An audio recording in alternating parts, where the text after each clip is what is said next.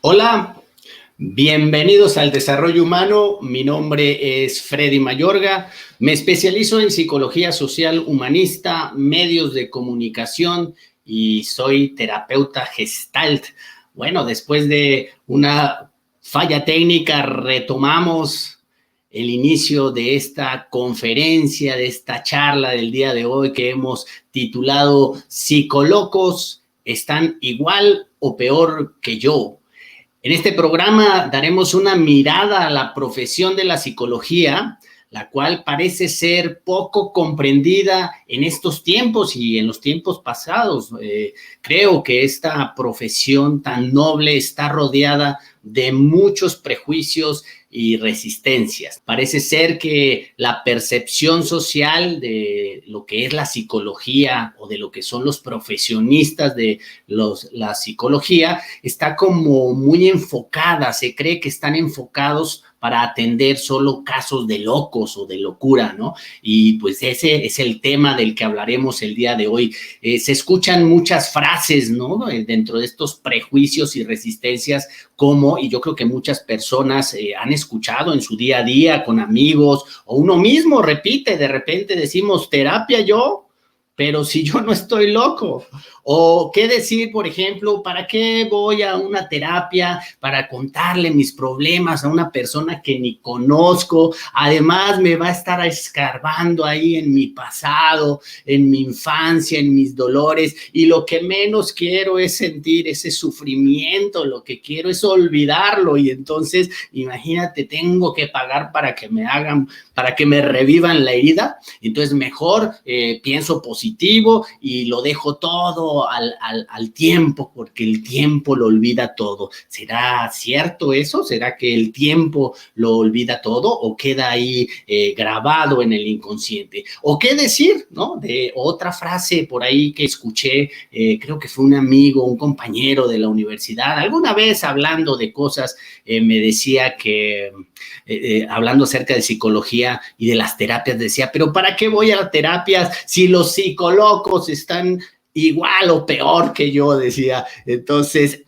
gracias a ese amigo que le da título a esta conferencia del día de hoy. Y bueno, pues así podemos enumerar una lista de frases y dichos que me gustaría a mí y a nuestro invitado especial, le encantará también escucharlos y saber cuál es su opinión acerca de la psicología. Hay una sala aquí de videochat para que ustedes nos pongan sus comentarios, si han ido a terapia, si no han ido a terapia, y pues que sean lo más honestos. ¿Para qué? Para que pongamos esos temas y sea muy rico esta charla y esta conversación que vamos a iniciar en este momento. Bueno, pues sin dar ya más preámbulos, vamos a darle la bienvenida a nuestro invitado especial que tomó un vuelo directo virtual desde Chile hasta aquí, hasta esta sala virtual de México, y le damos la bienvenida a Tomás de la Fuente, quien es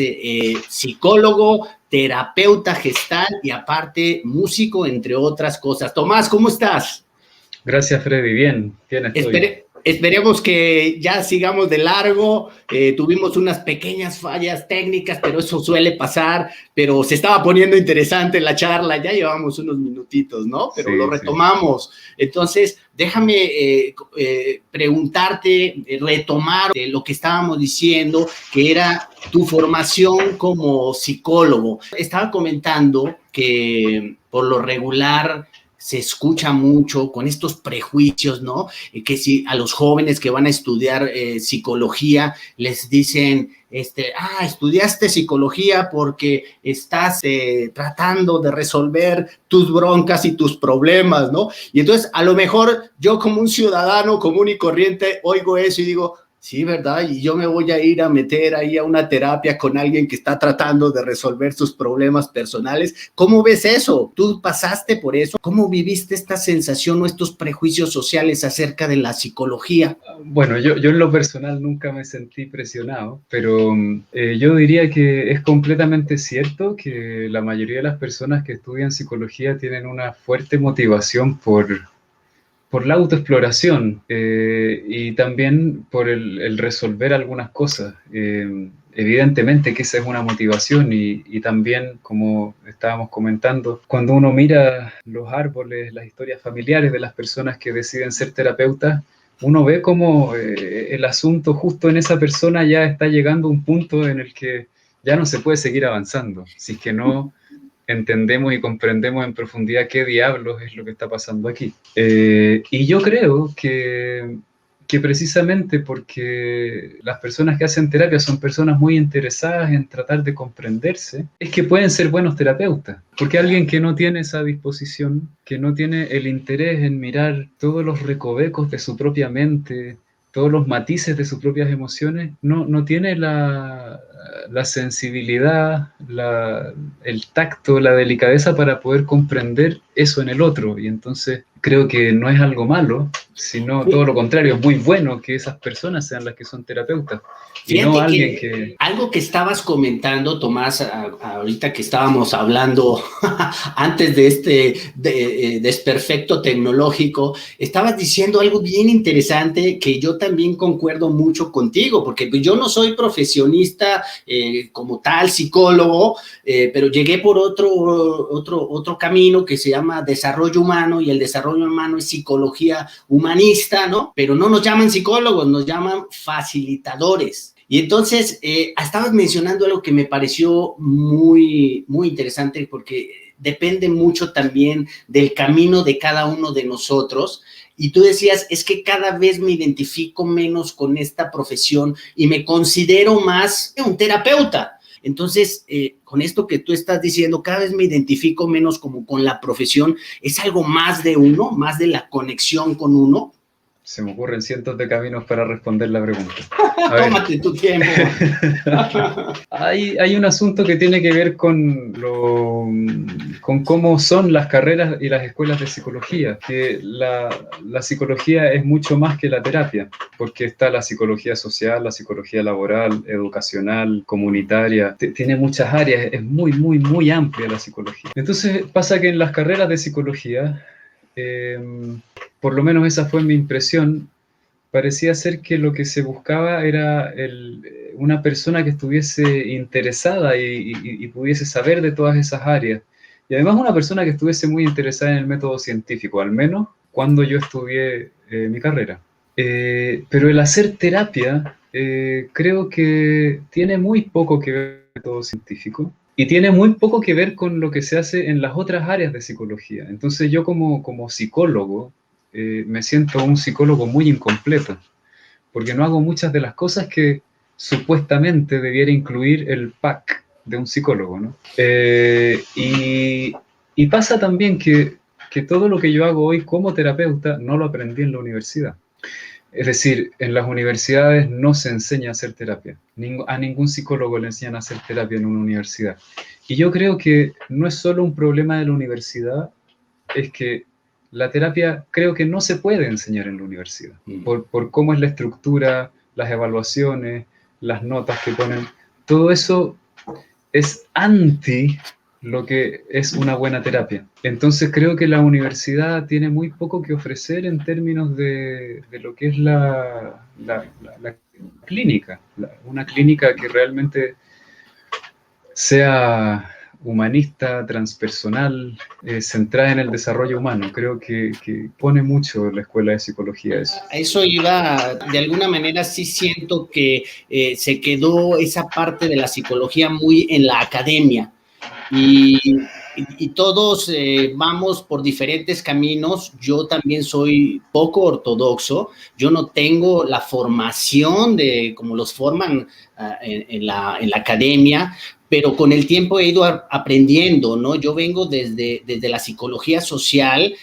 Bueno, tú, como sabrás, en ciencias de la comunicación está muy enfocado en medios, en producción, en publicidad, que fue lo que me desarrolló un poco más, y a mí me impactó mucho lo que los medios de comunicación ejercen en nuestra conducta, en los egos, de lo que ya venías hablando, de las personas, en donde tenemos como una personalidad pirata que nos da el modelo de la televisión y el cine, ¿no? Pero yo llegué por un camino diferente y al fin de cuentas coincido mucho contigo en que pues uno se va formando y va uno desarrollando esa parte terapéutica. Yo quiero invitar, aparte, quiero aprovechar a las personas que no te conocen y los que ya te conocen tu trabajo, que se suscriban a tu página o que vean tu trabajo, porque en realidad sí es un trabajo de meditación, ¿no? Más es porque es un trabajo de introspección.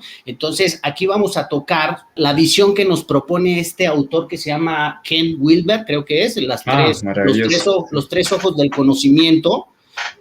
La primera manera de entender la realidad es por los 5 sentidos, ¿no? El olfato, el gusto, la vista. La segunda manera es entenderlo desde la razón, esto para ubicar un poquito dónde está la academia, y hay otra manera de entender la realidad desde la conciencia, pero explícanos eso, ¿qué es la conciencia a una mente racionalista? ¡Qué locura! Entonces yo considero, llegué por muchos otros caminos, a darme cuenta que poniéndome en los pantalones de un psicólogo muy racionalista, tratando de resolver la problemática de otra persona, es como estar dentro del problema, y entonces hay que aprender a ver la mente desde afuera. ¿Cómo ves esto, Tomás? Ahí va la cuestión terapéutica, por eso te entiendo perfecto de que pues cada vez nos sentimos menos psicólogos y más de una terapia más, primero introyectiva como terapeuta, y bueno, te dejo para que te sueltes. Sí, con esa introducción ya mi cerebro está a punto de explotar. A ver, Ken Wilber es uno de los autores que más me ha fascinado en la vida y siento que es un cartógrafo de la conciencia, es un mapeador, y no solo de la conciencia, sino de la realidad entera.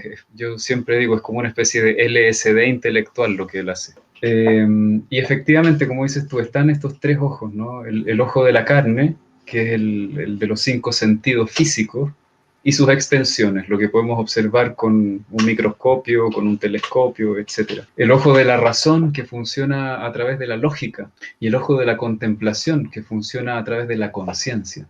Son 3 formas de acercarnos a la realidad y las 3 son válidas y necesarias. Y como dice Wilber, lo que ha pasado el último tiempo es que el ojo de la carne y el ojo de la razón han ocupado todo el espacio. La ciencia, sobre todo, que trabaja mucho desde el ojo de la carne, porque trabaja con lo empírico, haciendo mediciones, con instrumentos, y luego se alía con el ojo de la razón. Entonces al final entramos en una espiral compleja, porque si bien es cierto que ambos puntos de vista son válidos y necesarios, no son todos los puntos de vista, nos falta aún un punto de vista que es fundamental. Entonces, cuando solo 2 puntos de vista toman el territorio total, entonces estamos faltando a la verdad. A mí me llamó mucho la atención, yo tengo una orientación muy intelectual y soy bastante bueno para pensar las cosas para un lado y luego para el otro. Y después de un tiempo me empecé a dar cuenta que cuando uno utiliza la lógica y el argumento, es completamente posible decir una cosa muy bien fundamentada y luego decir exactamente la contraria, claro. Muy bien fundamentada. Entonces, este es el tema importante y que yo creo que tiene que ver con el prejuicio también. ¿Por qué yo voy donde alguien que me diga algo? Porque evidentemente, si alguien te dice algo desde la razón, te puede decir una cosa y otra persona te puede decir la contraria, y ambas cosas pueden ser correctas. Entonces, ¿por qué yo tendría que escuchar a un desconocido decirme cuáles son sus ideas intelectuales acerca de la realidad? Por supuesto que yo personalmente no me sometería a eso, porque me parece que es un punto de referencia demasiado sesgado. Ahora bien, ¿qué es el ojo de la contemplación? Ahí tú lo dijiste de manera muy precisa, ¿no? La contemplación es la capacidad de ver desde afuera lo que está ahí. Por ejemplo, eh, supongamos que vamos a mirar desde las tres perspectivas una pelea que tuve con mi pareja, por ejemplo. Me acabo de pelear con mi pareja.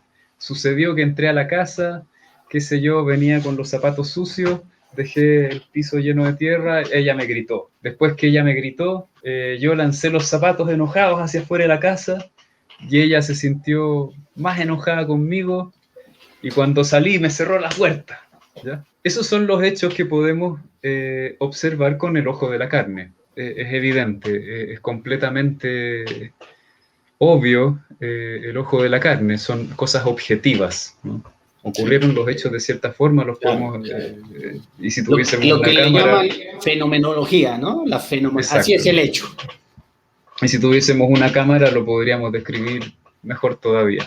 Luego tenemos el ojo de la razón. Por supuesto que el ojo de la razón es de una subjetividad espantosa, ¿sí? Y yo tengo una versión de los hechos y mi mujer tiene otra, y ambas versiones son absolutamente correctas, porque desde la perspectiva de cada uno es cierto lo que cada uno opina, dados los elementos y los datos que tiene cada uno acerca de la realidad, de la historia de la relación, etcétera, del relato que ha construido. Ahora, si yo simplemente me quedo con la razón que cada uno de nosotros tiene acerca del conflicto, nunca vamos a resolver nada. En absoluto, nunca vamos a resolver nada. La razón no resuelve nada. Ahí te quiero hacer un rápido paréntesis, porque estás tocando un punto básico también de psicología social, porque hoy está pasando un fenómeno en donde nos están llevando a que yo tengo la razón y nos estamos volviendo intolerantes. O sea, creo que estamos llegando a un extremo de la razón obsesiva compulsiva, porque pues de alguna manera nos da identidad, ¿no? De lo que soy. Bueno, adelante, por favor. Nada más era un paréntesis para hilar la psicología social con la psicología Sí, individual, ¿no? claro. Y los relatos y las historias que se van hilando a través de los medios de comunicación son historias que vamos incorporando y luego a partir de esos supuestos vamos razonando la vida. Y creo que eso nos está dirigiendo directamente al desastre. Entonces, creo que la razón es muy peligrosa. Por eso en el tarot, por ejemplo, a la razón se la representa con espadas de doble filo. Tiene dos lados, puede ser una cosa y puede ser la otra. Y son espadas. La razón sirve para cortar las cosas, no para juntarlas. Entonces, la lógica, si bien es una herramienta tremendamente útil para miles de cosas, es una herramienta necesaria, no es suficiente para entender todo lo que es un ser humano y sus relaciones con el resto del universo. No alcanza, no es suficiente. Y si miramos la relación desde el ojo de la contemplación, entonces vamos a empezar ya no a poner atención a las historias que yo construyo, a lo que yo creo que la otra persona debió haber hecho, a lo que yo creo si está bien o si está mal lo que la otra persona hizo, si es correcto, si es incorrecto, etcétera, ¿no? Porque la razón rápidamente nos lleva al bien, al mal, a lo correcto, a lo incorrecto, a lo lindo, a lo feo. El ojo de la contemplación sería comenzar a observar en el aquí y el ahora qué es lo que estoy sintiendo y vivenciando más allá de lo que yo pienso. Entonces yo podría pensar perfectamente, por ejemplo, mi mujer está equivocada, pero si yo observo eso con el ojo de la contemplación, observo mi propio pensamiento, me observo a mí mismo diciendo, mi mujer está equivocada, y luego descubro que mientras pienso mi mujer está equivocada, mi cuerpo siente dolor. Pensar que mi mujer está equivocada genera una experiencia de dolor en mi cuerpo.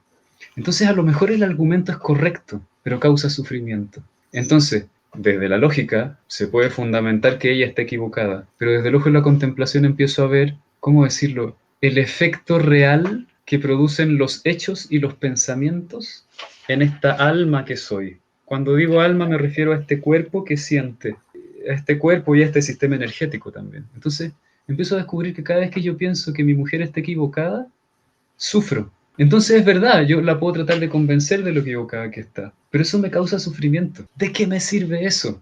Aunque yo tenga la razón.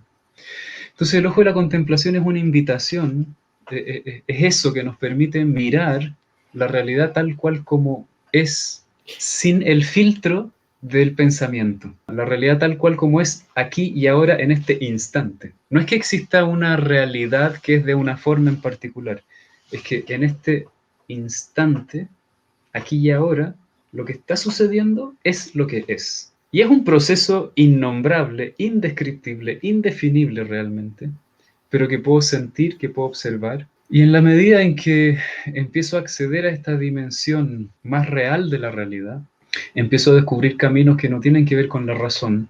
Y entonces así el ojo de la razón se vuelve más humilde y el ojo de la carne también. Porque este ejercicio de trabajar la contemplación inevitablemente nos lleva finalmente a la experiencia del amor. ¿Cómo trabajas, cómo ejercitas ese ejercicio de la contemplación? El ejercicio de la razón, pues creo que todos lo hacemos todos los días. Desde lo académico, el diario, ¿no? Luego la razón de eso que estábamos hablando, de hoy en día hay mucha confrontación, porque a veces ya ni es razón, es ideología, que es muy diferente. Entonces son ideologías peleando nada más a ver quién tiene la razón, quién somete al otro, ¿no? Entonces, creo que estamos llegando, yo no sé cómo dicen ustedes allá en Chile, aquí en México le dicen un embotellamiento, o cuando hay mucho tráfico, mucha congestión de tráfico. Creo que hoy en la sociedad humana, o Latinoamérica, México, Chile, hay una congestión tremenda racionalmente hablando, y estamos como que dando vueltas ahí en ese lugar, y sí necesitamos la contemplación.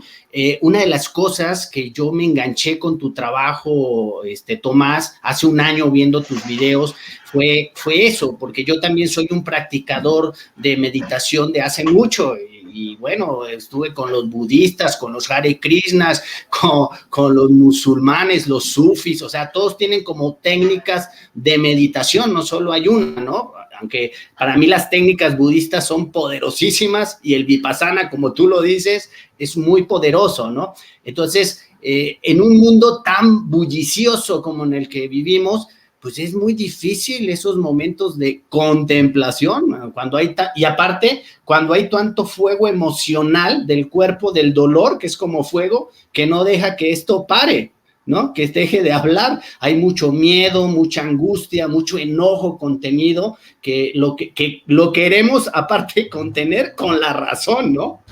¿Cómo ves? ¿Cómo hacer en este mundo la contemplación? ¿Cómo le explicamos a la gente que nos está viendo? Seguramente los que nos están viendo, pues ya te conocen y saben de lo que estás hablando, pero los que no nos conocen, la importancia de la contemplación, ¿cómo la ves? Importantísima. A ver. Básica. Sí.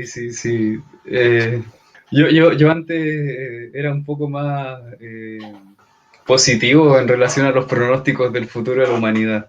Hoy día lo veo bien negro todo, la verdad. Sí. Entonces yo creo que muchas cosas se vengan abajo estruendosamente y sin ninguna elegancia ni ningún estilo. Ahora, ¿cómo practicar la contemplación? Bueno, hay tantos caminos, pero básicamente es comenzar a prestar atención. ¿Prestar atención a qué? Yo diría, sobre todo a nuestras sensaciones. Hay mucho más que solo las sensaciones, pero yo creo que lo primero que necesitaríamos comenzar a identificar son nuestras sensaciones, porque la razón solamente puede avasallar a las personas.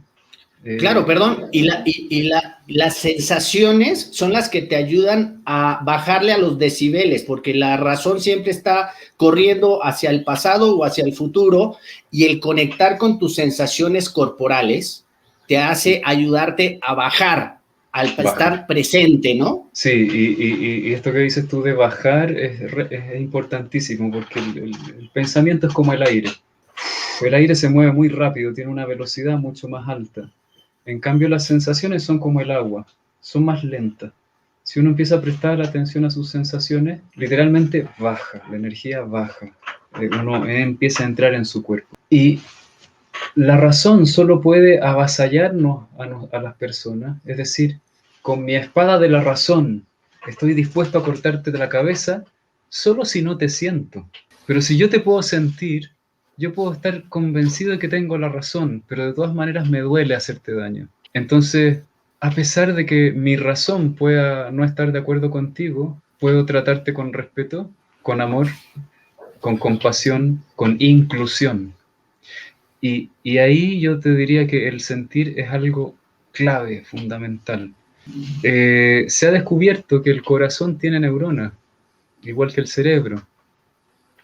Y a medida que uno empieza a bajar y haces el ejercicio y te tomas realmente en serio esto de bajar a tus sensaciones, el corazón empieza a despertar. Podrá tomar 1, 2, 3, 5, 20, 25 años, no lo sé. Dependerá del proceso de cada persona. Pero pasa que cuando el corazón despierta, se convierte en un nuevo centro que piensa. Los pensamientos del corazón son pensamientos que siempre tienden a la integración, que siempre tienden a la inclusión, que siempre tienden a la empatía con el otro. Y pasa que cuando el corazón está despierto, uno se siente muy bien, siente mucho bienestar. Entonces pasa que cuando tu corazón empieza a estar un poco más despierto, cada vez que haces algo siguiendo a tu razón, pero que no beneficia a todos por igual, te sientes mal. Tu corazón se cierra, es como si recibiera un golpe. Entonces lo que empieza a pasar cuando el corazón despierta es que la razón poco a poco se empieza a rendir, se empieza a volver más humilde, porque empiezas a darte cuenta que seguir tu razón no te va a volver una persona más feliz. Que si realmente quieres dejar de sufrir, tienes que seguir los impulsos del corazón. Y los impulsos del corazón son una maravilla. Es una tecnología que necesitamos incorporar. Es una tecnología que nos despierta al potencial más profundo, yo creo que tiene el ser humano, que es la capacidad de sentirme a mí, sentir a los otros, sentir a la naturaleza como si fueran una parte de mí mismo. Entonces, cuando yo puedo sentir que todo lo que me rodea, que todo lo que le pasa a lo que me rodea, me toca y me afecta, y que en la medida que yo puedo realizar movimientos que son respetuosos, inclusivos, yo me siento más feliz. Entonces ahí comenzamos a ir por el buen camino. ¿Y cómo yo sé que eso es bueno? Porque se siente bien, no porque parece correcto. A Pero veces lo que parece correcto no se siente nada de bien y a veces lo que no parece claro, correcto se siente muy bien. A lo claro. mejor es porque realmente lo incorrecto es correcto a veces y a veces lo correcto es incorrecto. Y fíjate que dentro, tomando este esquema de Ken Wilber, ¿no? Las tres ojos del conocimiento, estamos hablando de los tres que son importantes, como bien tú lo dices, ¿no? El primero es a través de los sentidos, que ahí lo estás mencionando, la importancia de sentir tus sensaciones corporales, importantísimo, que poco lo hacemos hoy en día y más cuando tenemos ahí una herramienta medio engañosa que es la farmacéutica y entonces ya los dolores corporales pues ya casi no los sentimos porque inmediatamente sentimos la sensación y tome la pastilla, ¿no? Entonces, por ahí comprender la realidad, pues también como sociedad, dentro de la psicología social, pues estamos un poco perdidos. Luego vamos al siguiente nivel, que es la razón. Y desde la razón, eso que tú estás diciendo, cuando tú me dices a mí, un ciudadano común y cualquiera, el corazón, inmediatamente sale una palabra que a mí me hace un poco de ruido, que es el amor, ¿no?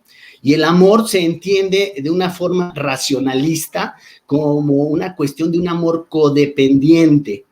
En cambio, cuando vas al otro nivel de la conciencia, el amor ya no es algo como de algo que doy o siento, sino es un estado del ser, del alma. Es muy diferente esa connotación. ¿Cómo ves eso? Es eso que tú estás diciendo, es que yo siento, uno siente cuando uno trabaja su interno, cada vez va uno limpiando más esa razón, esa psique que está conformada de pensamientos y de emociones, como que se va limpiando y cada vez más vas entrando en estados de contemplación, donde el amor ya no es algo como un sentir, como un sentimiento, sino pues es un estado del ser, es. Sí, yo diría que hay dos modos de funcionar. Desde el ego o desde la esencia. Cuando funcionamos desde el ego, estamos funcionando para llenar un vacío que creemos que tenemos. Supongamos que cuando niño me sentí físicamente en peligro, entonces quizás luego cuando soy adulto, como tengo esta sensación de peligro y de vulnerabilidad, me enfoco demasiado solo en trabajar y ganar dinero. Y entonces ahí quizás me vuelvo excesivamente competitivo, trabajo en exceso, me hago daño, no le doy espacio a otras necesidades. Entonces, siempre que funcionamos para cubrir un vacío que creemos tener, entramos en el modo ego, y el modo ego se caracteriza por el intento de tener las cosas bajo control. Ese es uno de los rasgos esenciales del ego. Cada persona quiere tener diferentes cosas bajo control. Hay personas que quieren tener a los otros bajo control, hay personas que quieren tener sus emociones bajo control, hay personas que quieren tener, qué sé yo, el checklist de lo que hay que hacer bajo control. Pero básicamente el ego es un mecanismo de tener algo bajo control para evitar tocar ese vacío, repito, que creo tener. Sentimos que tenemos ese vacío, pero realmente es ilusorio. ¿Por qué? Porque el vacío está ahí simplemente porque evito tocarlo, ¿sí?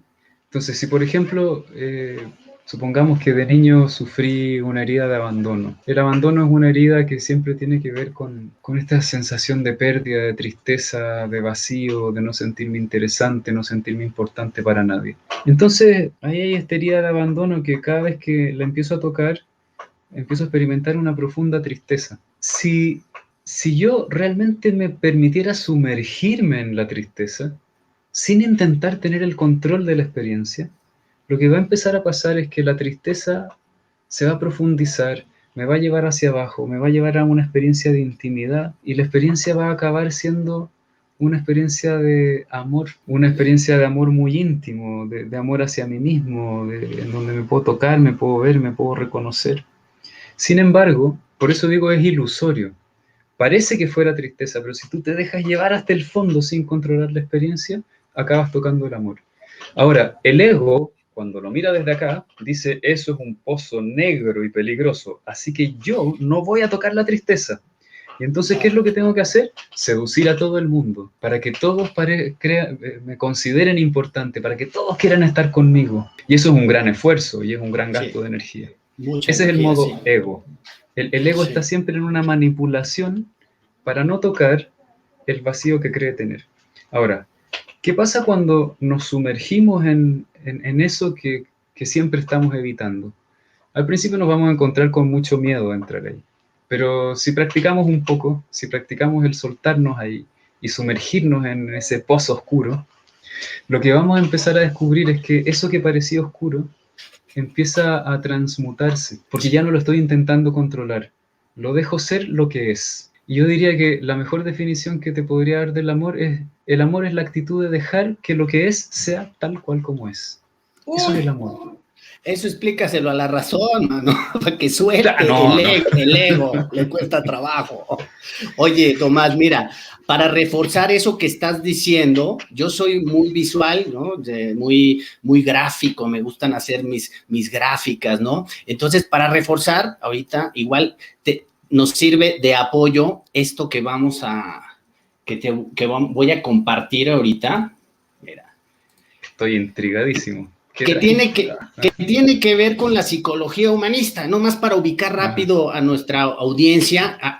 La psicología humanista se le entiende como la tercera fuerza, o sea que hay dos anteriores, que el famoso psicoanálisis de Sigmund Freud fue la primera, y luego se desarrolla la psicología cognitivo-conductual, ¿no? Del aprendizaje, ¿no? Entonces aquí de ahí surge la psicología social, ¿no? El psicólogo social cree que la mente del individuo es un pizarrón en blanco en el cual se pueden escribir las cosas positivas, ¿no? Entonces es el aprendizaje en contraposición a Freud, que es más negativo, ¿no? Los impulsos, el eros y el tánatos, que son cosas perversas, casi, ¿no? Entonces surge en ese mismo entonces, en los primeros 50 años del siglo pasado, o sea, ya hace casi 100 años, se desarrolla todas estas psicologías y surge esta que es la psicología humanista, que le llaman la tercera fuerza.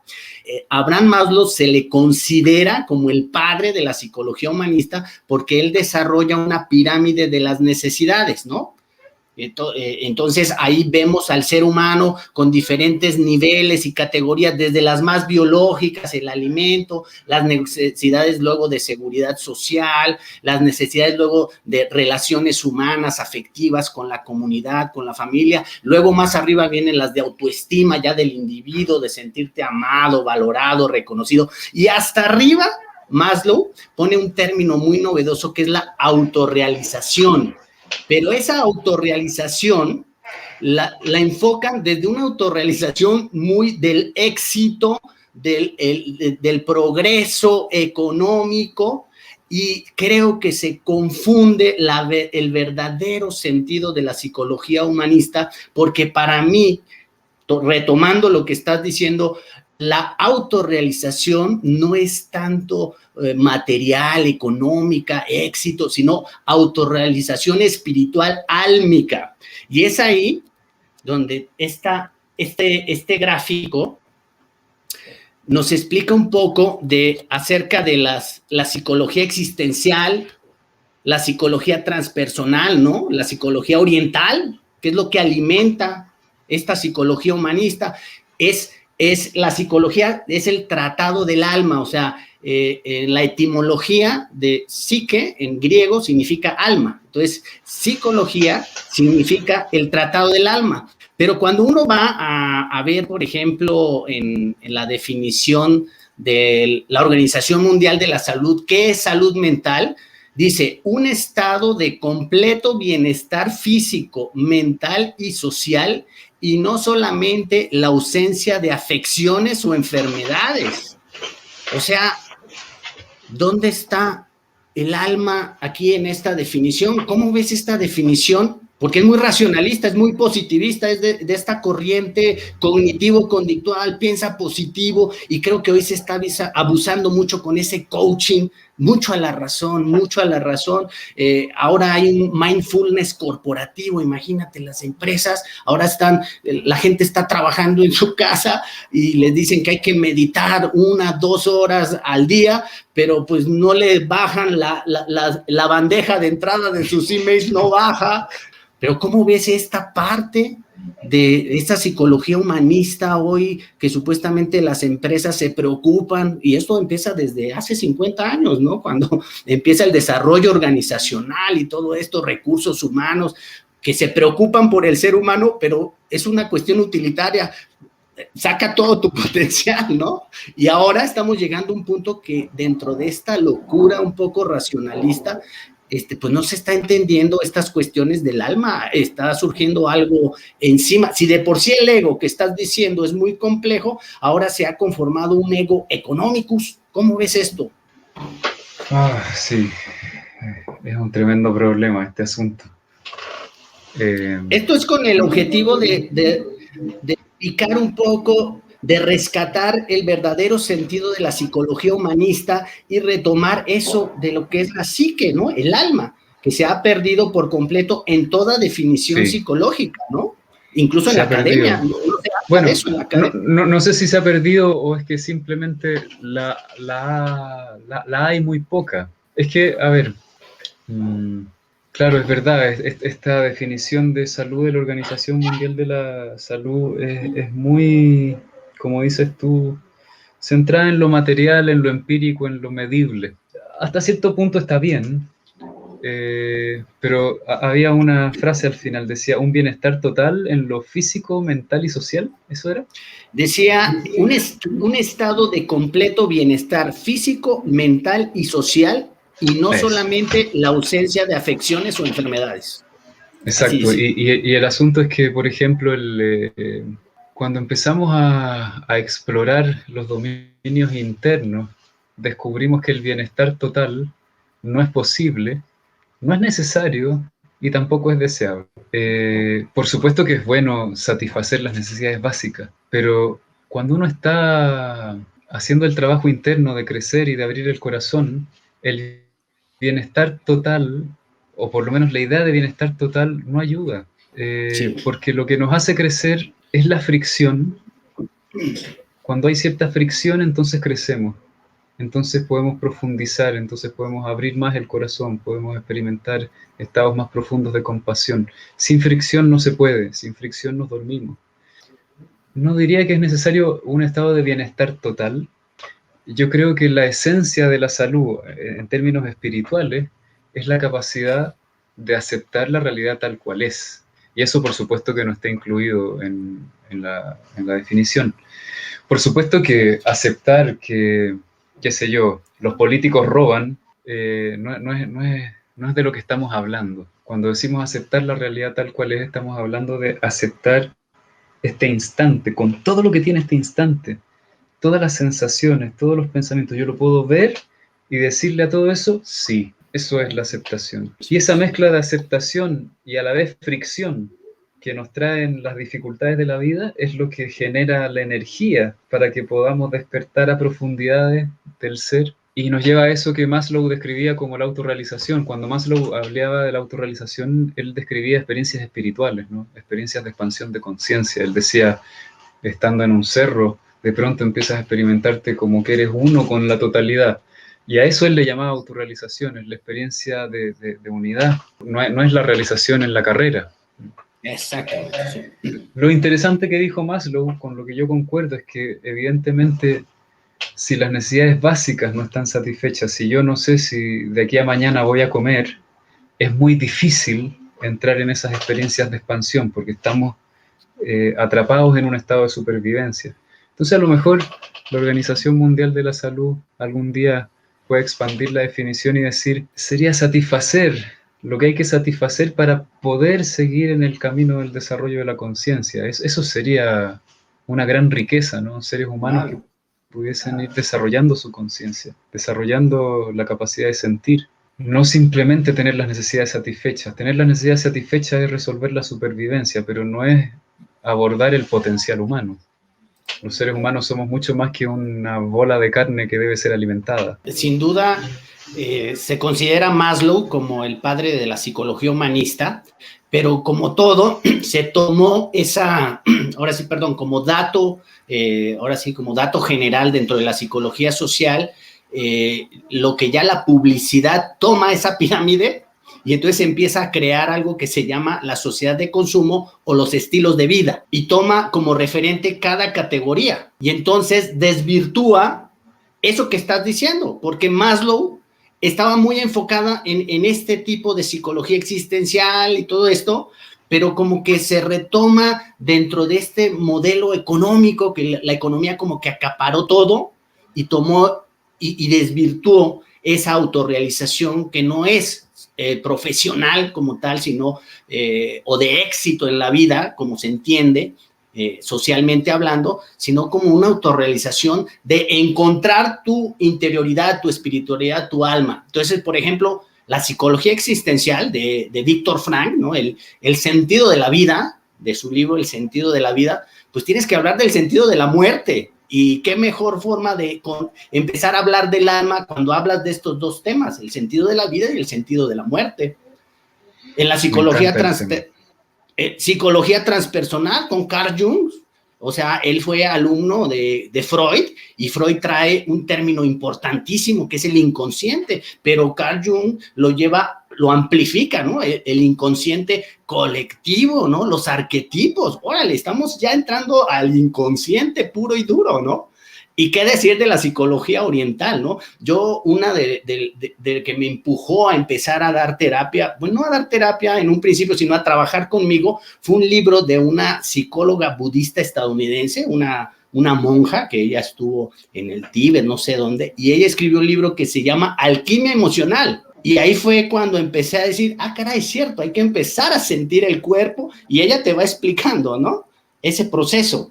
Entonces, la psicología oriental pues alimenta mucho. En los años 50, 60 llegó con todo a Estados Unidos y bueno, se empezó a desarrollar toda esta teoría y de ahí vienen una infinidad de terapias, la cual es la terapia gestal, ¿no? En la que Nosotros, tú y yo, pues muchos otros colegas y compañeros practican en sus sesiones, ¿no? Entonces, Claro.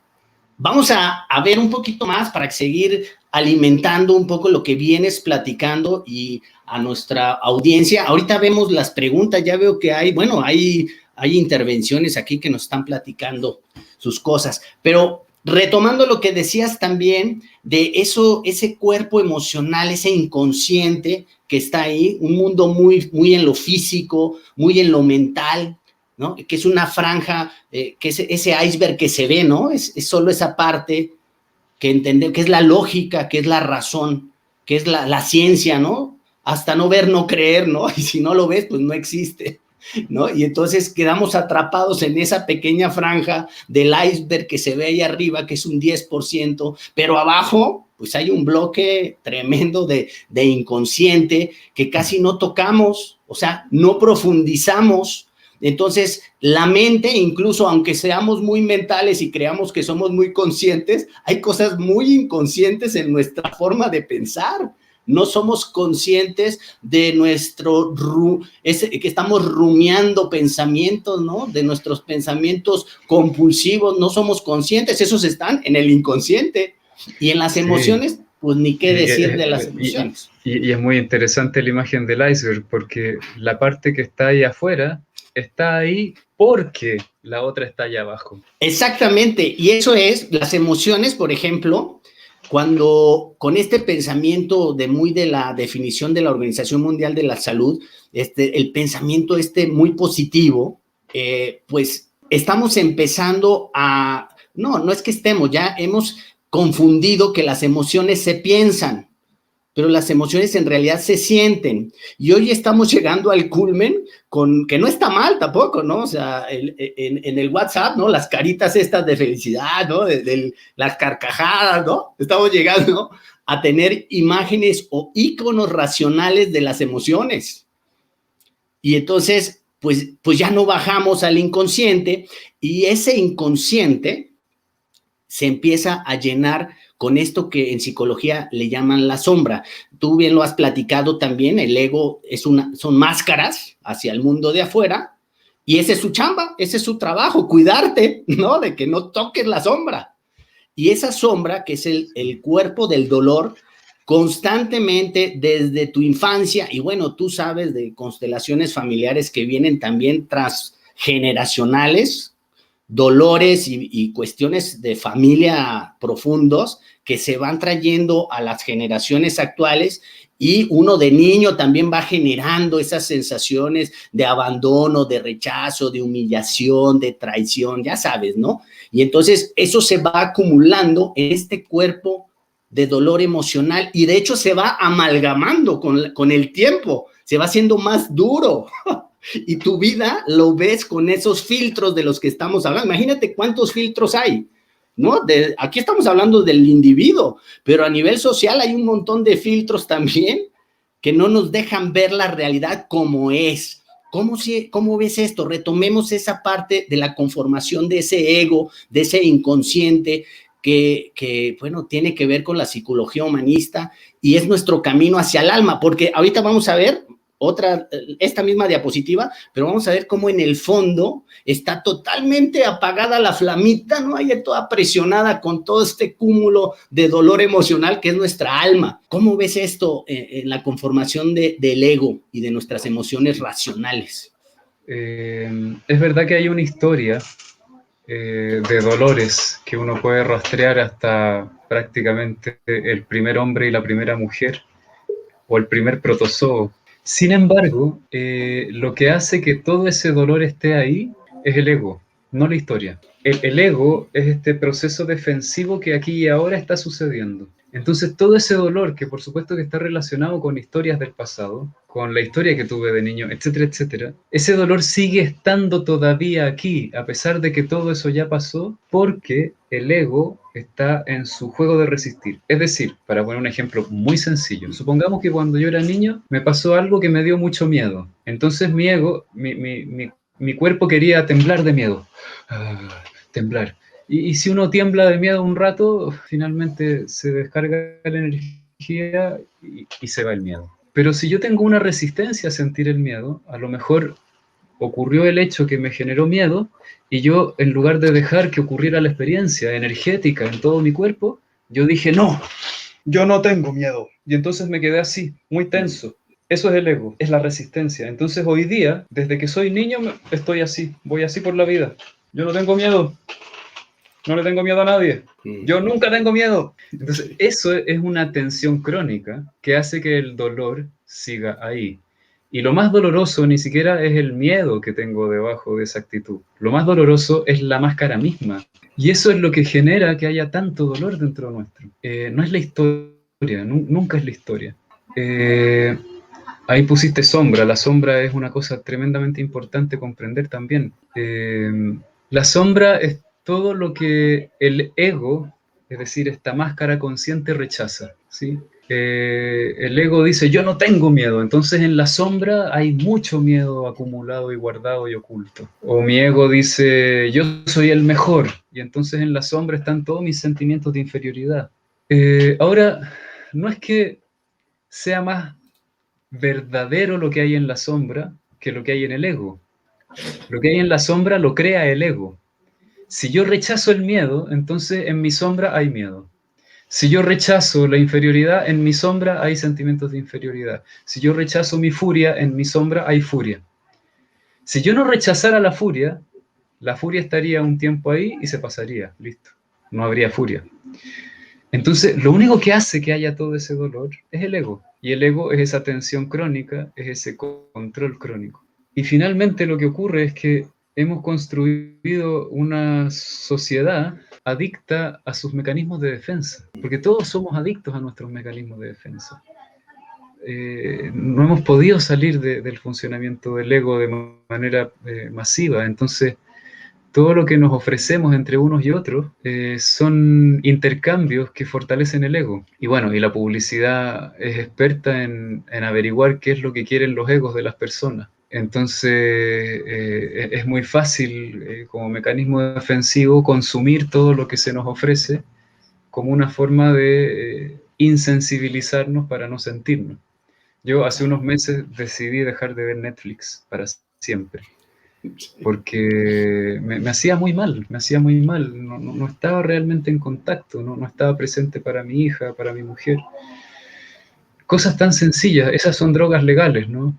Yo creo que las drogas más peligrosas no son las drogas ilegales, esas son unas poquitas personas las que las consumen y abusan de ellas.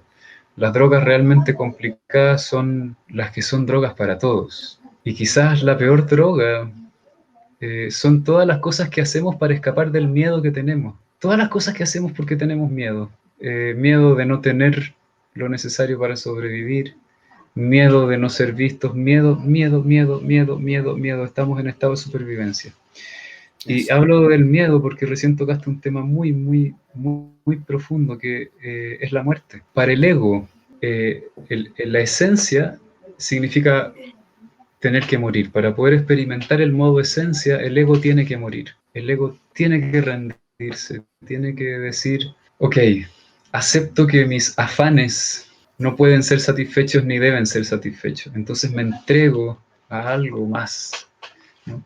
Y en ese sentido, a propósito de todo lo que estamos viviendo hoy socialmente, creo que tenemos una oportunidad grande. Yo justo hace unos meses me fui a vivir a otra ciudad y hoy día justamente vine a mi ciudad de origen, que es Santiago. Y cuando vine acá hoy día me empecé a pasear por todos los lugares que frecuentaba habitualmente y me vino una nostalgia y una tristeza tremenda de todo lo que dejé. Sin embargo, me empecé a dar cuenta cómo el haberme ido me ha permitido soltar una cantidad de actitudes, de ideas acerca de la vida, de mi relación con mi pareja, con mi hija, con mis amigos, y me ha hecho cambiar muchas cosas. Me ha hecho rendirme más a esos impulsos que vienen desde un lugar más profundo. Entonces, cuando se nos pone patas arriba la vida, tenemos una posibilidad, porque la vida nos está ofreciendo algunas muertes, y esas muertes pueden ser una gran bendición. Y ahí tú me preguntabas cómo ir al amor incondicional. Yo diría, el aceptar esa bajada de energía que nos trae lo que no nos gusta, y poder entrar ahí y sumergirse sin pelear con eso, y entrar en las experiencias, realmente experimentarlas hasta el final, a lo que nos llevan finalmente es a la experiencia del amor, es a la experiencia espiritual. El problema es que siempre peleamos, nosotros queremos que nuestra energía se mantenga siempre arriba, pero así no es la naturaleza tiene estaciones, hay verano, invierno, primavera, en el invierno las hojas se caen, hace frío, está oscuro, y nosotros no queremos vivir eso. No queremos, cuando eso nos pasa psíquicamente, no lo queremos vivir. Y eso es lo que nos tiene enfermos a nivel colectivo. Porque mantenerse en esta cosa con la energía arriba hay que estar todo el tiempo hiperestimulado, ¿no? Y la civilización que hemos creado es una civilización hiperestimulada. Porque queremos mantener la energía arriba. Y eso es mantener el ego, eso es mantener la tensión. Eso es decir, yo no tengo miedo, yo no tengo pena, yo no tengo rabia, yo no sufro, yo no tengo vacío. Pero fíjate que, híjole, es que todo lo que estás diciendo, llevado a esa psicología social y los medios de comunicación, pues es lo que está todos los días alimentando. Los estereotipos del hombre, de la mujer perfecta, de los estilos de vida, el multimillonario, los youtubers, sí, está constantemente ahí bombardeando nuestra psique, ¿no? Que no es una psique personal solo tampoco, sino estamos hablando de una psique grupal, ¿no? El inconsciente colectivo. Eso lo desarrolla Kurt Lewis, que es el padre de la psicología social, que él habla de un término que se llama el campo psicológico de fuerzas. Tú imagínate que estás en la ciudad de Santiago, de Chile, o en la Ciudad de México, y le pones una bombilla de estas, como con la que tapan los alimentos de cristal, ¿no? Así para que no le entren las moscas, ¿no? Le pones, haz de cuenta, una de esas tapaderas de cristal, y el espacio que hay ahí, eso se llama el espacio psicológico de fuerzas. Y entonces tú imagínate Netflix, ¿no? Ahí está una super pantallota de Netflix y todo el mundo viendo así hacia arriba la pantalla, y eso está inundando nuestro campo psicológico de fuerzas. Y todo lo que tú estás diciendo del ego, de la percepción de lo que es el amor, todo eso está influyendo en lo que nosotros creemos que es el amor.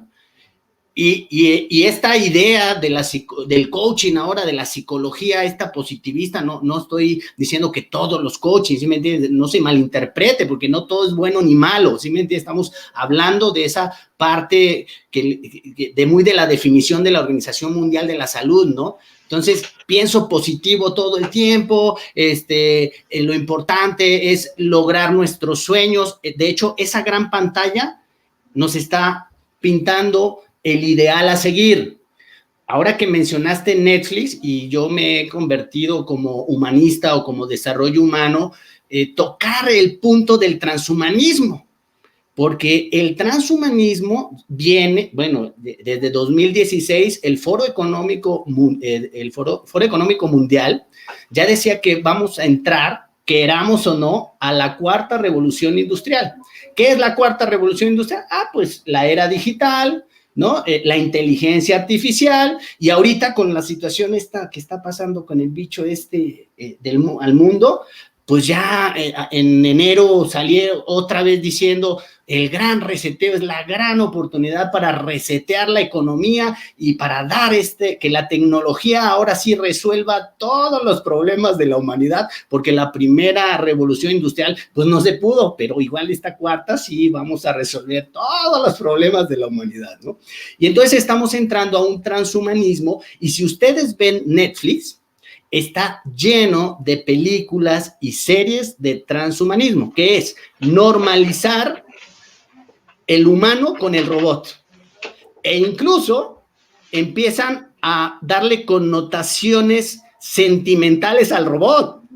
Vean la película de Wall-E, esa de animación, que son dos robotcitos, la historia de dos robotcitos, uno se ve como más viejito, un modelo antiguo, y uno más moderno, y entre ellos como que hay una relación de amistad, como que se preocupan, como que tienen miedo, como que se quieren, ¿no? Como que se abandonan, ¿no? Es una telenovela, ¿no? Pero esa es una distorsión y una disociación terrible, porque las cuestiones de las emociones y los sentimientos son del alma, propias del alma, no de baterías electrónicas. Entonces hay una distorsión de esa realidad. Y para seguir con esto que estás platicando, Tomás, cuando trabajamos, porque es retomar esto de la psicología humanista, volver a hablar del transhumanismo, es decir, a ver, está muy bien, no tiene nada malo la tecnología, no tiene nada malo la economía, el problema es que ellos se han posicionado por encima del humano y debería ser al revés. Eso es todo. Y el alma humana es el sentido de nuestra existencia, al fin de cuentas, por eso hablamos de la muerte, por eso hablamos de la vida, ¿no? Y entonces, ¿cómo puede uno conectar con ese alma? Ahorita tú me vas a decir si podemos, al final tenemos que cerrar con una definición, a ver si podemos dar una definición de salud mental. Desde mi perspectiva, para mí la salud mental es cuando estamos alineados en nuestras diferentes áreas, tanto sociales, físicas, mentales, emocionales y espirituales, ¿no? Cuando está alineado y cada vez conectamos más con nuestro ser, con nuestra esencia.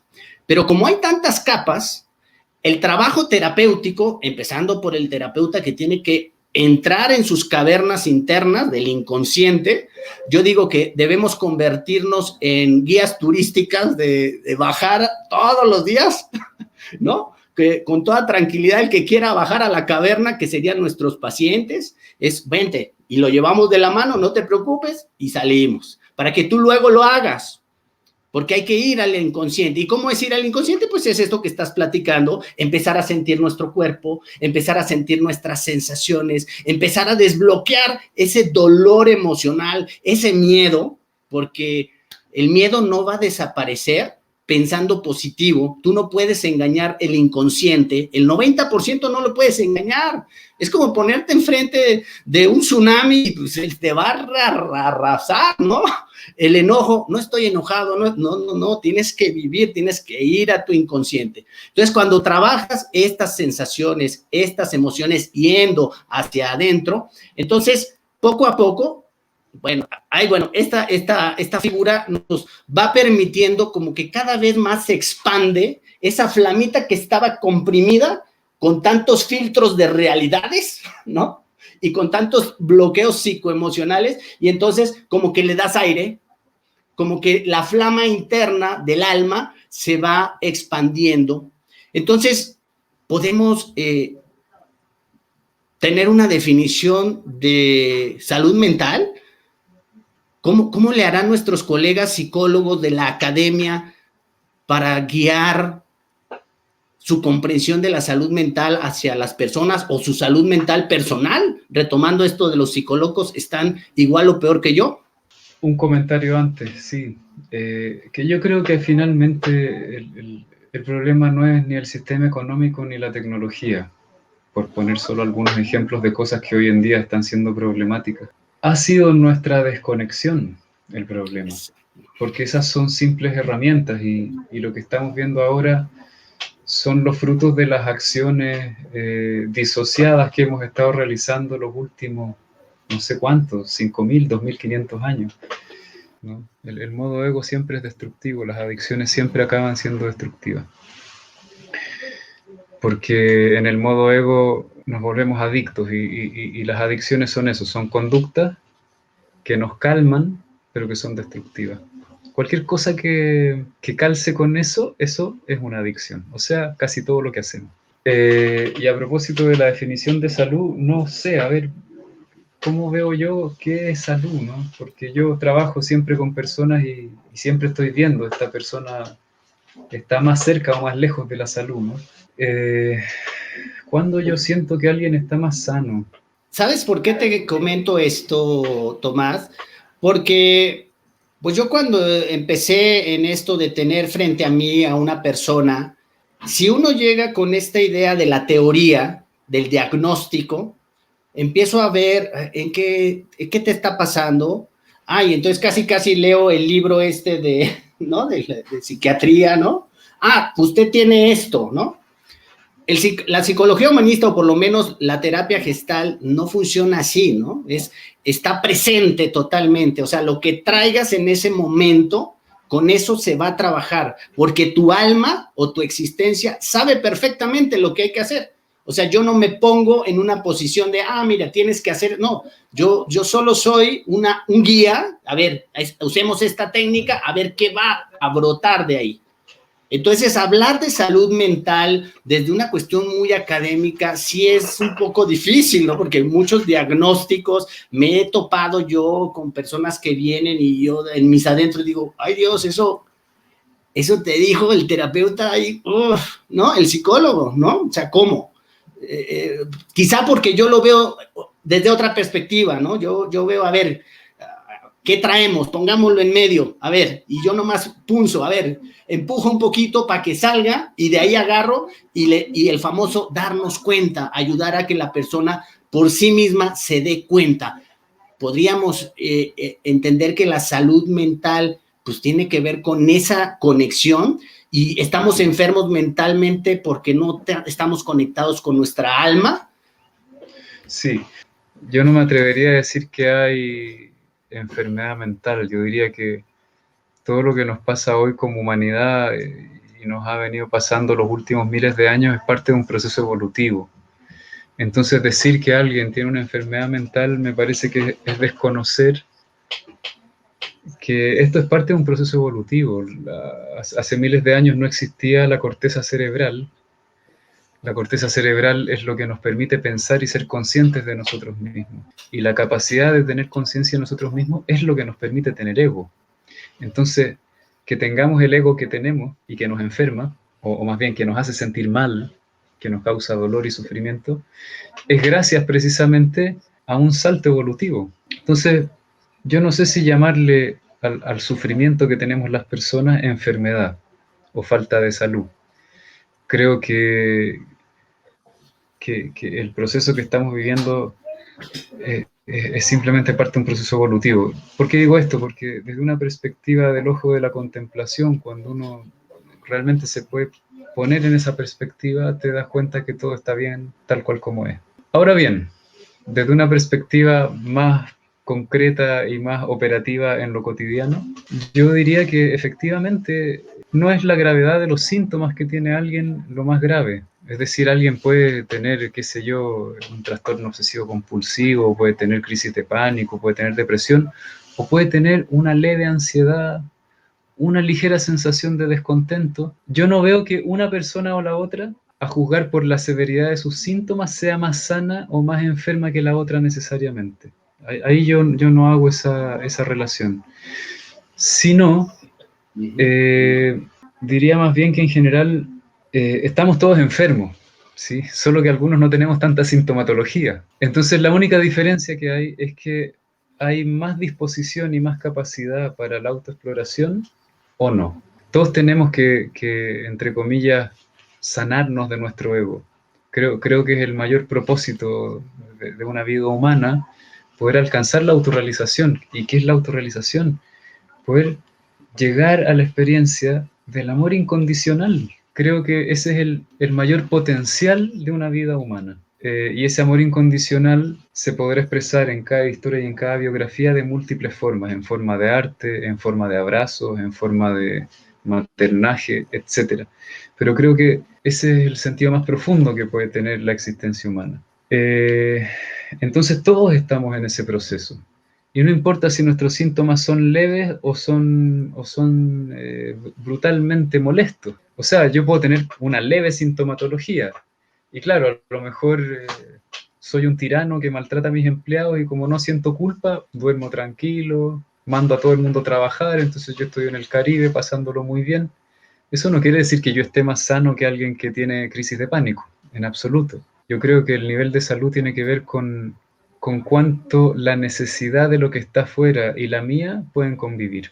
Y alguien que está con más capacidad de darse cuenta es alguien que está en un proceso de transformación. Entonces, en una terapia concreta, yo diría que alguien que está más sano es alguien que quiere mirar, que tiene curiosidad, que está dispuesto a explorar reinos internos que nunca ha querido mirar, que está dispuesto a sentir lo que nunca se ha permitido sentir. Eso es más salud. No es la sintomatología lo que define el grado de salud. Oye, Sí. aprovechemos aquí para oír aquí leer unos comentarios. Mirna Presuel, yo quería estudiar psicología, pero al final decidí medicina y sí creo en ustedes. Gracias, Mirna.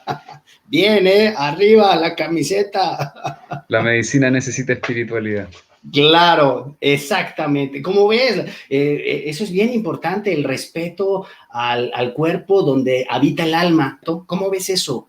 La medicina y la espiritualidad, creo que yo no sé por qué aquí en Occidente se disociaron las dos cosas, porque pareciera ser que en todas las otras, en muchas otras culturas esas cosas siempre van juntas. Y es muy obvio que la causa de las enfermedades tiene que ver con heridas en el alma. A mí me llama mucho la atención que la medicina más tradicional, más científica, no tiene ninguna teoría de por qué nos enfermamos. O sea, no digo que no tenga ninguna, pero cuando uno va al médico, te dicen, usted se enfermó porque tiene una bacteria. Pero ¿por qué la bacteria, si las bacterias siempre están ahí afuera, por qué las bacterias ahora generan síntomas y antes no? Esa es la pregunta que nos importa. Y por lo menos yo he sentido que la medicina no se hace mucho de esas preguntas o no entrega esas respuestas. Y si uno empieza a mirar, por supuesto que ya tanto hemos escuchado de teorías alternativas, ya sabemos que las bacterias entran porque el sistema inmunológico se deprime. Y la principal causa por la cual el sistema inmunológico se deprime es lo que pasa en nuestras emociones. Y lo que pasa en nuestras emociones está relacionado con lo que pasa en nuestras relaciones, en nuestra relación con nosotros mismos, y sobre todo nuestras emociones se vuelven patológicas cuando no las aceptamos, cuando no nos permitimos sentirlas.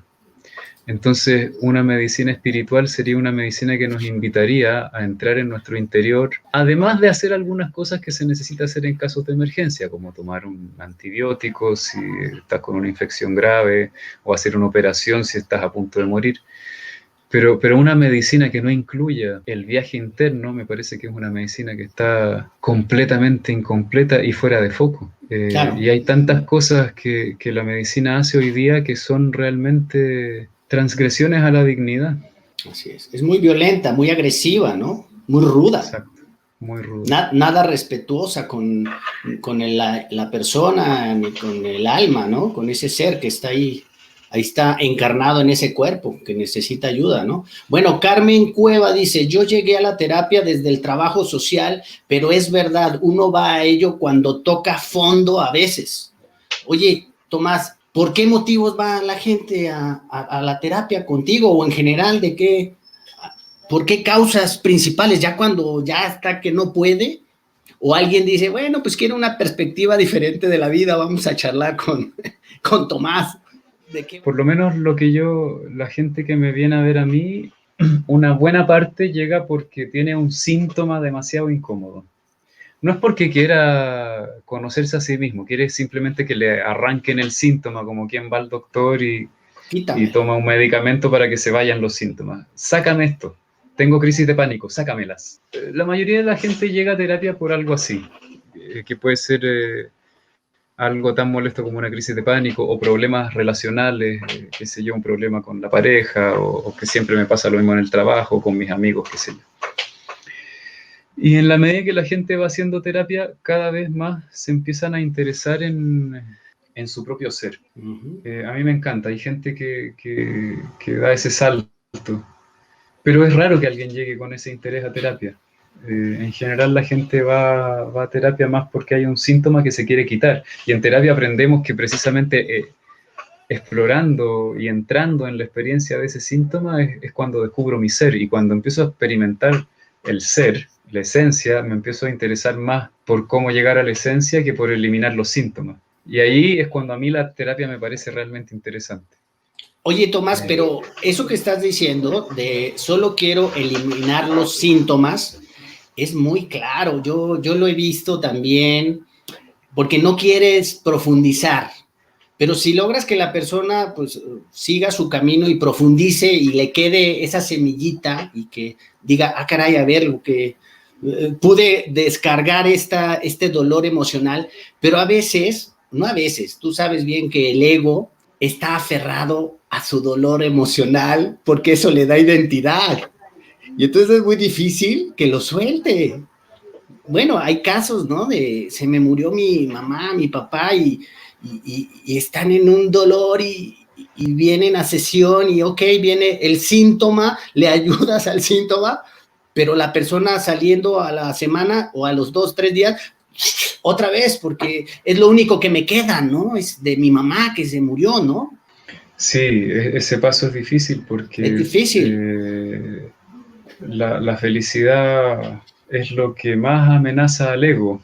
Eh, digamos, qué cuando, contradictorio, ¿verdad? cuando hay felicidad, el ego no puede existir ahí. Exacto. Entonces es aterrorizante para la estructura del ego la felicidad. Y ahí yo creo que la terapia tiene que necesariamente volverse más transpersonal, tiene que llevarnos a los dominios de la experiencia espiritual, porque no podemos dejar una droga si no conocemos algo mejor. Entonces, cuando solo hemos conocido el ego y de pronto descubrimos que podríamos soltarlo, si no conocemos los dominios espirituales, no nos atrevemos a soltarlo. Y entonces nos podemos quedar muchos años dando vueltas y dando vueltas. En todo caso, con el ego siempre hay trabajo que hacer, eso no se va a terminar nunca. Sí. Pero ahí yo creo que la terapia tiene que necesariamente ir a los dominios transpersonales, a los dominios espirituales. A mí me gusta lo que decía Claudio Naranjo. En los últimos años lo escuché decir en una entrevista, decía, yo ya le perdí la fe a la educación, le perdí la fe a todas las cosas, dijo. Pero a los psicodélicos, a las plantas mágicas, no. Yo creo que por ahí hay alguna salida, ¿no? Claro. ¿Y por qué digo esto que él dice? Porque no estoy diciendo que sean el único camino, pero en el fondo las plantas mágicas nos llevan a experiencias en donde la disolución del ego es muy profunda. Y hay muchos caminos para ir hacia allá, pero hay que poder encaminarse hacia allá. Porque cuando el ego se disuelve empiezan a pasar cosas en el cuerpo, entendiendo que el cuerpo es el alma, que son de otra dimensión. O sea, que tu corazón despierte es un proceso bioquímico también y eléctrico. Que la glándula pineal despierte y secrete todas las sustancias que secreta la glándula pineal, entre ellas el DMT, es una alquimia psicobiofísica. Entonces, realmente nosotros, cuando hemos vivido en el ego, la experiencia que tenemos de nosotros mismos es una experiencia, como decía Claudio Naranjo, oscurecida. Es como si fuésemos un sol, pero este sol estuviese tapado y solo se filtrara un punto de luz. Y nosotros creyésemos que ese punto de luz ni siquiera somos nosotros somos la parte que tapa. Y eso es lo que somos. Pero cuando el ego se empieza a disolver, empiezan a pasar cosas, ¿cómo decirlo? Que nos vuelan los sesos, literalmente. Despiertan las glándulas del cuerpo, se secretan sustancias químicas en el cuerpo, se activan frecuencias vibratorias que generan literalmente luz. Y ese campo energético afecta a todos a tu alrededor. Nos convertimos en una estrella. Y eso no tiene nada que ver con lo que podamos creer acerca de algo o pensar acerca de algo. Es una experiencia psicobiofísica, química, eléctrica. Bien, Dumar nos dice, ¿y esos pensamientos se escuchan en el interior como los pensamientos de la razón? ¿Cómo sé que es un pensamiento del corazón? Yo lo veo de manera muy literal. Aquí, este centro, aquí está. Y seguramente involucra también al órgano físico. Yo como lo experimento cuando siento que mi corazón está más despierto, literalmente siento, es como un sentir pensar que ocurre aquí, literalmente. No es en otro lugar, es en el pecho. Okay. ¿Y cómo describirlo? Es una mezcla de sensación, intención, sentimiento, pensamiento. Pero ¿qué sucede acá? Cuando pensamos con la cabeza, todos decimos estoy pensando. Lo localizamos acá porque sucede algo en la cabeza, no lo sé. Pero cuando es acá, literalmente acá. No sé si han tenido alguna vez la experiencia de sentir que literalmente se te abre el corazón. Y cuando se te abre el corazón, lo sientes acá. ¿Qué más? A ver, áreas, a ver, Carmen Cueva, áreas del saber como el trabajo social, por ejemplo, no podríamos asumir con salud mental si no cubre sus necesidades básicas, si se vive en pobreza. Sí. Era lo que mencionabas dentro de esta pirámide de Maslow, si las de abajo están incompletas, no están cubiertas, pues es muy difícil que... Estamos totalmente de acuerdo. Que te puedas autorrealizar en esta línea de la espiritualidad del alma, porque primero hay que cubrir las necesidades básicas, corporales, físicas, definitivamente. Pam dice, sí, he tenido miedo tanto y lo he visto en meditaciones, hasta con ganas de expresar mis intestinos hacia afuera, claro, hasta uno vomitar. Yo sentí esta sensación, por ejemplo, en temazcales. Creo que tú has tenido la experiencia. Cuando vengas a México, me encantaría invitarte a la tradición tolteca aquí en la Ciudad de México, con los que caminé varios años. Y claro, es muy profundo. Es un trabajo, el temazcal, cuando es llevado desde ese chamanismo, de esa cultura, desde la conciencia cósmica, ¿no?, de la existencia. Es maravilloso, sí. Es algo potentísimo. Y entonces sí, hay que pasar por el aro, exactamente, Pam, hay que pasar por el aro del miedo, y lo que siempre hacemos es evitarlo. Y hay muchas maneras que esta sociedad nos enseña a evitarlo. No lo toques, no, ¿para qué? Hay que ser felices. Se confunde placer con felicidad, estar siempre arriba, feliz. Y eso es muy neurótico también, ¿no? Dice Mirna Presuel, escuché que las emociones negativas y baja vibración puede hacer hendiduras en el campo cuántico y por ahí es un punto débil para que entren los virus y bacterias. ¿Qué opinan ustedes? Las emociones negativas y la baja vibración ocurren porque nos resistimos a las emociones negativas y a la baja vibración. Es decir, hay una sensación que tú no quieres sentir. Entonces, si tú te sumergieras en la sensación cambiaría y ya no estarías ahí. Pero cuando está la sensación que no quieres sentir, tú la resistes y se crea un enganche energético, un bloqueo energético. Y eso empieza con el tiempo a cansarte, a agotarte. Entonces tu energía baja. Pero si tú dejas de resistir, entonces la energía deja de estar así. Entonces, no son las emociones negativas el problema, es que resistes tus emociones negativas el problema. Pues yo creo que podríamos ya ir cerrando, retomando, ¿no?, este tema de si psicólogos están igual o peor que yo. Desde nuestra perspectiva, Tomás, ¿qué te parece dar nuestro punto de vista? Porque seguramente aquí hay psicólogos o lo van a ver psicólogos, amigos nuestros, ¿no? En esta comprensión, ¿no? De ese inconsciente, de trabajar con la contemplación, invitarlos a esa contemplación también, porque cuando uno trabaja como terapeuta primero personalmente con uno, también ayudas mucho a nivel inconsciente conectar con el inconsciente o el alma o el niño interior de la otra persona. ¿Crees en esto? ¿Con qué les podríamos compartir desde nuestra perspectiva, Tomás, a nuestros colegas y a las personas en general? Bueno, a propósito de la locura, yo creo que espero que todos los que somos terapeutas asumamos que efectivamente también estamos locos, asumamos nuestro defecto, nuestra enfermedad. Claro.